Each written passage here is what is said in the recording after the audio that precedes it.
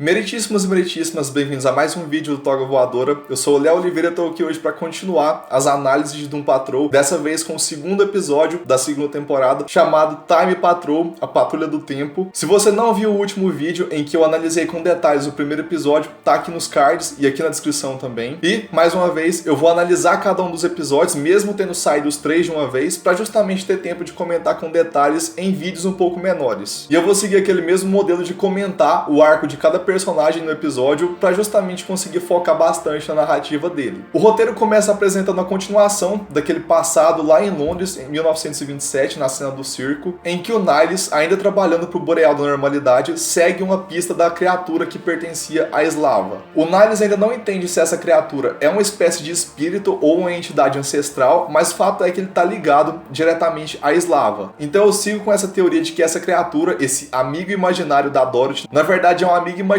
uma entidade que primeiro se manifestou através da Slava, que devia ter sim poderes semelhantes ao da filha. A gente viu outro ponto de vista daquela cena em que a criatura sofre maus tratos por parte dos funcionários do circo, e a gente vê também o outro ponto de vista daquela cena em que a Dorothy faz o seu primeiro pedido pro candelabro, que era justamente que ela protegesse o seu amigo dos maus tratos que ele estava sofrendo. E diferente dos quadrinhos, em que o primeiro pedido da Dorothy é no sentido de se vingar do bullying que ela sofria, aqui na série o pedido foi feito no sentido de proteger essa criatura que pertencia à sua mãe. O Niles então presencia todo o massacre que o candelabro faz ali, realmente dá pra ver que a criatura é bem destrutiva, mas como ele tá preso à mente da Dorothy ainda, ele só cumpriu o limite do primeiro pedido. O Niles então apresenta pra Dorothy um rascunho da sua mãe, ela logo reconhece que é a Slava, e ele também se apresenta pra ela como o seu pai. 2 anos depois, o próprio Niles comenta que a Dorothy não tinha envelhecido nenhum dia, continuando com a sua aparência de criança, o que obviamente ia começar a chamar muita atenção. E foi então que ele procurou um amigo que era justamente Danny, que na época não era exatamente uma rua, estava mais para um pequeno beco que estava se formando, mas já era sim um abrigo para pessoas que eram excluídas da sociedade e precisavam de um abrigo. E é por isso então que a Dorothy estava ali dentro da rua Danny lá na primeira temporada. A gente vê então que toda essa lembrança do Niles era na verdade o Cliff entrevistando o chefe sobre o porquê dele ter causado os acidentes, e o Niles volta nessa ideia de que ele precisava ser imortal e ele conta um pouco mais do seu passado. A gente descobre o porquê dele ter ido atrás do Eric Morden, o Senhor Ninguém, lá no Paraguai, que foi mostrado na primeira temporada, porque o Eric na época era só um criminoso qualquer que queria ganhar superpoderes, então ele consegue um talismã da longevidade e ele vai até o Paraguai para encontrar o Barão Von Fuchs e ia dar esse talismã em troca de ganhar superpoderes, e foi assim que ele se tornou o Senhor Ninguém. O Niles consegue roubar para ele o talismã e de fato ele consegue uma longevidade, mas ela era muito limitada. O Niles então explica que ele precisava de uma imortalidade que fosse mais real e por isso ele criou a Patrulha do Destino, essas cobaias que iam ser úteis na pesquisa dele. Só que ele falhou nessa pesquisa e um dos traumas que a Patrulha vai ter que carregar é o fato de que eles perderam tudo que eles tinham nas suas vidas em vão, porque eles não serviram nem para conseguir prolongar a vida do Niles, o que poderia salvar o mundo do apocalipse iminente que vai vir da mente da Dorothy. E o Niles então explica que só o talismã mantinha ele vivo até a noite passada, quando ele entregou o artefato pro detetive Kipling. E agora sim o Niles confessa que a morte dele é iminente. A gente tem uma cena brilhante em que a Rita, a Jenny e o Cliff confrontam o Niles sobre a sua possível morte, e aqui mostra que o humor da série continua muito afiado e muito pontual, sem perder a urgência da narrativa. Acontece que o plano do Niles era continuar vivo por pelo menos mais um tempo, até que a Danny deixasse de ser um tijolo e voltasse a ser uma rua, ou pelo menos algum lugar que pudesse abrigar a Dorothy, onde ela pudesse ser segura das ameaças do mundo real e também pudesse estabilizar a sua mente. E é claro que os membros da patrulha ficam putos com o Niles, porque mais uma vez eles vão ter que consertar os erros dele, e a cena em que o Cliff dá um esporro do Niles é a melhor cena do Brendan Fraser nessa série até aqui. Que ator sensacional, combina perfeitamente com o papel, não tem ninguém no mundo que possa fazer o Cliff melhor do que ele. E depois dessa reunião, o Niles vai conversar com a Dorothy sobre o que ela ouviu sobre a possível morte dele, e a menina sugere fazer um pedido para conseguir salvar o seu pai, e nessa hora o Niles fica bastante transtornado, implorando para a Dorothy nunca fazer um pedido por qualquer motivo que seja. E ele volta então a se empenhar na pesquisa sobre a reversão da sua morte, e mais uma vez a gente vê a Rita assumindo uma postura de liderança da equipe, sendo um porto seguro até mesmo pro Niles, que era o chefe da equipe até então. E foi aqui que introduziram o primeiro vilão da temporada, o Dr. Time, um cientista que encontrou um meteorito formado por um minério alienígena bem raro que caiu na praia de Bali. Depois de ficar totalmente fissurado na sua pesquisa, ele adotou o codinome de Dr. Time e conseguiu manipular livremente o tempo, tendo ido tanto tanto para o futuro, no ano de 4067, quanto para o passado, no ano de 6000 a.C.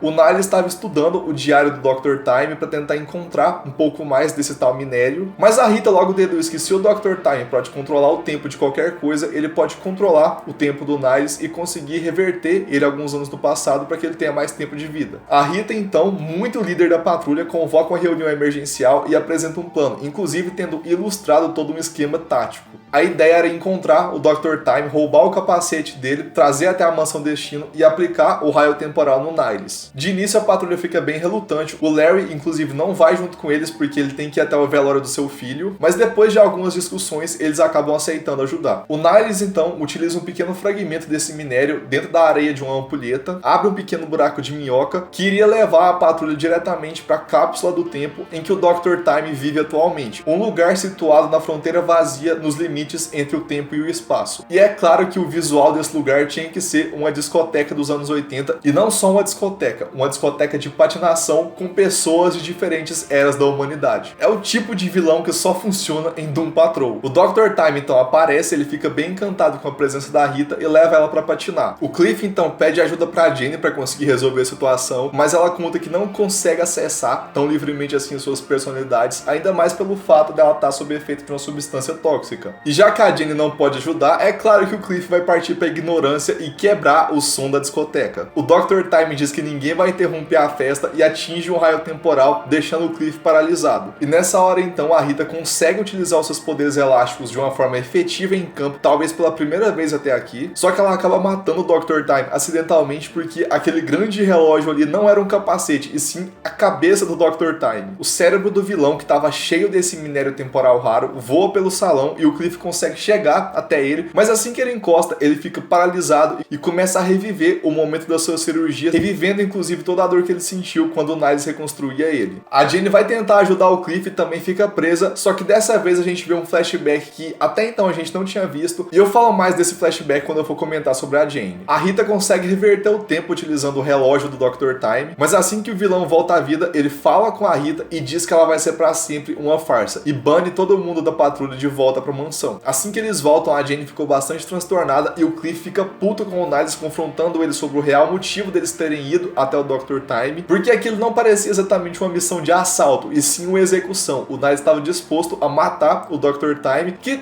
não é exatamente um vilão, ele pode ser um cara excêntrico, estranho, mas ele aqui na série tá mais pra um cientista excêntrico, um curioso, do que um vilão que nem era nos quadrinhos. Eles não deram motivo pra gente acreditar nisso, pelo menos. Então realmente ia ser uma execução muito sem sentido, e ali matar o cara só pra salvar o Niles. Já a Rita fica bem pistola com o Niles e ela confronta ele mais uma vez, dizendo que eles foram criados só pra um motivo, que era manter o Niles vivo, e nem isso eles conseguem fazer mais. E nessa hora eu achei que a Rita ia ficar muito abalada com essa discussão, o que ia jogar no lixo todo o progresso que ela teve como heroína até então, mas logo a gente vê que mesmo ficando perturbada por conta dessa última missão, ela ainda tá disposta a ser de fato um porto seguro dentro da mansão Destino. Quando a Dorothy pede ajuda pra ela, a Rita aceita e as duas vão cozinhar juntas. Esse foi um dos comentários desse episódio sobre esses pequenos atos dos membros da patrulha que salvam o dia muito mais do que ações grandiosas de super-heróis. É por isso que a Rita tá de fato crescendo como uma líder da patrulha. E eu tô gostando muito de ver o trabalho emocional que estão dando pra ela, porque é uma personagem muito excepcional, muito superior à versão dela nos quadrinhos, e realmente é muito interessante ver ela como essa figura de liderança da patrulha. Bom, e mais uma vez, a Jenny merece todo um destaque especial porque ela teve um arco próprio no episódio. Inclusive, na primeira cena dela nesse episódio, eu tomei um susto do caramba porque eu não esperava ver um jumpscare em Doom Patrol, em que a Jenny tá de boa dormindo ali no seu quarto e do nada a querida vem pra casa, brota ali voando em cima da cama dela, e o visual dessa criatura é muito bizarro, não tem como não assustar. A Jenny fica pistola e começa a perder o controle das suas personalidades, ela vai pra frente do espelho e começa a ser confrontada, e aqui a Gianni Guerreiro dá um show de atuação, mostrando que cada personalidade tem uma sutileza mínima na sua composição que diferencia bastante uma da outra, e a gente vê também que essa ideia de mudança na personalidade primária tá bem forte lá no subsolo. A gente vê um pouco mais do porquê da Jenny precisar do Niles. Eu entendi pelo menos que assim que ela começou a utilizar o soro, ela perdeu muito o controle da superfície. Então a Jenny que a gente conhece não vai continuar aqui por muito tempo, porque as outras personas vão começar cada vez mais a lutar pelo posto de personalidade primária. Então, como o Niles foi o criador do soro de inibição, só ele pode de fato entender os efeitos da substância no organismo dela e talvez encontrar uma resposta do motivo do subsolo estar reagindo de uma forma tão intensa. Bom, e voltando naquele flashback que a Jane vivenciou lá na cápsula do Dr. Time, a gente vê uma cena em que a Jane, ainda como adolescente, estava passando por uma espécie de exorcismo, em que uma comunidade religiosa estava encarando as múltiplas personalidades dela como possessão demoníaca. E essa cena foi uma crítica muito certeira do episódio. Essa comunidade religiosa que a mãe da Kate Childs original frequentava era bastante conservadora, e esse fanatismo religioso cego impedia que a Kay conseguisse a ajuda necessária para lidar com seus problemas. De modo que a mãe da Kay tratava esse distúrbio psicológico como coisa do demônio, o que é muito errado porque você tem que tentar entender e ajudar e não ficar exorcizando ela porque ela não estava de fato possuída, então isso não tinha efeito nenhum com ela. Mas em contrapartida a gente vê a hipocrisia da Helena, a mãe da Kay, ao não proteger a sua filha, mesmo sabendo que a menina sofria constantemente com seu pai abusador. E foi então que a Miranda, a primeira persona primária, assumiu o controle da vida da Kay, justamente para proteger a menina, utilizando a sua astúcia para entender os perigos do mundo real. Se precisar, ela ia mentir para proteger a Kay. E ela estava ali justamente por isso, porque ela sabia do que a Kay precisava e ela protegia ela de uma forma bem eficaz. A gente vê a Jane conversando com uma persona que aparentemente é uma psicanalista. Eu entendi que era a doutora Harrison lá da primeira temporada, e as duas estão revisitando essa memória da Miranda, justamente porque as outras personas estão querendo que a Miranda volte, porque ela era uma persona primária muito mais eficaz que a Jane na proteção da Kay. Mas a própria Jane comenta que não tem como Miranda voltar porque ela tinha se jogado do poço. E aqui vai uma pequena explicação sobre o que é esse tal poço. Só para recapitular, todas as personalidades que habitam o subconsciente da Kate Alice vivem numa espécie de linha de metrô subconsciente chamada subsolo. Cada uma das personas ocupa um lugar chamado estação, que é justamente onde elas ficam quando não estão assumindo o controle da superfície. Na parte mais inferior do metrô existe o chamado poço, que é o lugar onde as personas vão quando querem se destruir. Inclusive, a Miranda foi uma dessas personalidades que se destruiu quando se jogou do poço. E inclusive, nos quadrinhos, a própria Jane já tentou se destruir se lançando lá dentro. O poço também é o lar de uma das personas que representa a figura paterna da Kay. E esse é o motivo do poço ser a parte mais profunda e mais protegida de todo o subsolo, porque dali fica muito difícil que a figura paterna tome o controle da superfície, o que aparentemente ia ser o fim da Kate Alice. E essa persona que eu acho que é a doutora Harrison explica que antes mesmo da Kay ser submetida aos procedimentos meta-humanos lá no sanatório, o que deu todos os poderes das personalidades, a persona mais forte sempre foi a Miranda, porque ela tentava de fato entender e proteger a Kay com toda a força possível. E então a própria Jane cogita deixar de ser a primária, a persona base, porque ela sente que ela não consegue proteger a Kay, ela é incapaz de fazer isso da melhor forma possível. Então a partir de agora o arco da Jane vai ficar bem mais perigoso do que foi até aqui, porque pode vir a surgir uma primária muito mais instável que a Jane, o que pode ser mais um risco, como se não bastasse todo o risco da Dorothy. Bom, e nesse episódio aqui, o Victor ganha um tratamento dedicado do roteiro, porque a gente começa a ver o desdobramento de todo o seu trauma. Depois que ele foi embora da Mansão Destino, ele começou a frequentar um grupo de apoio a veteranos de guerra. E foi ali, inclusive, que ele conheceu a Ronnie Evers, o interesse romântico do Cyborg nessa temporada. O mais interessante da Ronnie é que ela foge totalmente do clichê da veterana de guerra, porque ela não frequenta aquele grupo para comentar sobre os seus traumas de guerra, e sim conversar sobre o luto que ela sente pela perda da sua mãe. Um fator que faz o Victor se identificar muito com ela e também faz ele perceber que ele pode existir além do seu trauma, que ele ainda é uma pessoa que tem motivos para continuar existindo, assim como a Ronnie tem também. Nessa cena aqui do assalto, quando a Ronnie propõe esse tipo de discussão pro Victor começar a refletir sobre quem ele vai ser como super-herói, o que a Ronnie enxerga naquele momento em que o Victor perdoa aquele assaltante não é simplesmente deixar o cara fugir, é na verdade muito mais profundo que isso, mas essa discussão para outro dia. O importante aqui é que a Ronnie fala pro Victor que as pessoas precisam de mais chances, eles precisam que alguém acredite neles para que eles possam mudar, porque todo mundo tem carga negativa e positiva dentro de si mesmo. Então, um herói, muito mais do que combater o crime, ele tem que ser um símbolo e ele tem que acreditar nas pessoas. E é por isso que essa cena foi tão boa pro arco do Victor, porque ele começou a ver quem ele pode ser como herói. É mais do que ele ser derrotado pelo Senhor Ninguém, é mais do que ele como herói lidar com um super vilão. Ele tá ali salvando pessoas, é por isso que essa cena pode ser muito importante pra postura dele dentro da patrulha. A partir de agora a gente vai provavelmente ver o Victor tendo outra postura como herói, e isso vai refletir em toda a patrulha, porque agora eles vão ter que adotar cada vez mais a postura de heróis, de símbolos, até mesmo pra Dorothy, que ela vai precisar de figuras que a inspirem quando o Niles não estiver mais aqui. E o último personagem de destaque do episódio foi justamente o Larry, que continuou tendo toda essa narrativa do passado dele com o filho, e a cena em que o Larry vai até o velório do seu filho é muito interessante, porque a gente tem um choque quando percebe que a família dele continuou vivendo normalmente, ele tem até netos hoje em dia, enquanto ele continuou preso lá nos anos 60, no dia do acidente, tanto tanto biologicamente falando, quanto mentalmente e emocionalmente falando. Ele ainda não consegue abandonar de vez todos os seus traumas e seguir em frente. Ele fez isso em parte com o Jon, mas agora é a hora de encarar o que ele foi como pai e ver que os seus filhos seguiram sem ele. E isso, na minha opinião, vai ser bem mais pesado de ver, porque é bem diferente da relação de romance que ele teve com o Jon, que tinha cenas mais aconchegantes dos dois, porque tinham seus momentos ali das danças que eles tinham, dos flashbacks mesmo, e no final resolveu tudo bem. Eu acho que a relação do Larry com seus filhos vai ser bem mais trágica, até porque o Gary já tá morto, então não tem como ele se reconciliar com esse filho, e seu outro filho, Paul, não vai ser tão fácil assim de reestabelecer uma relação com ele.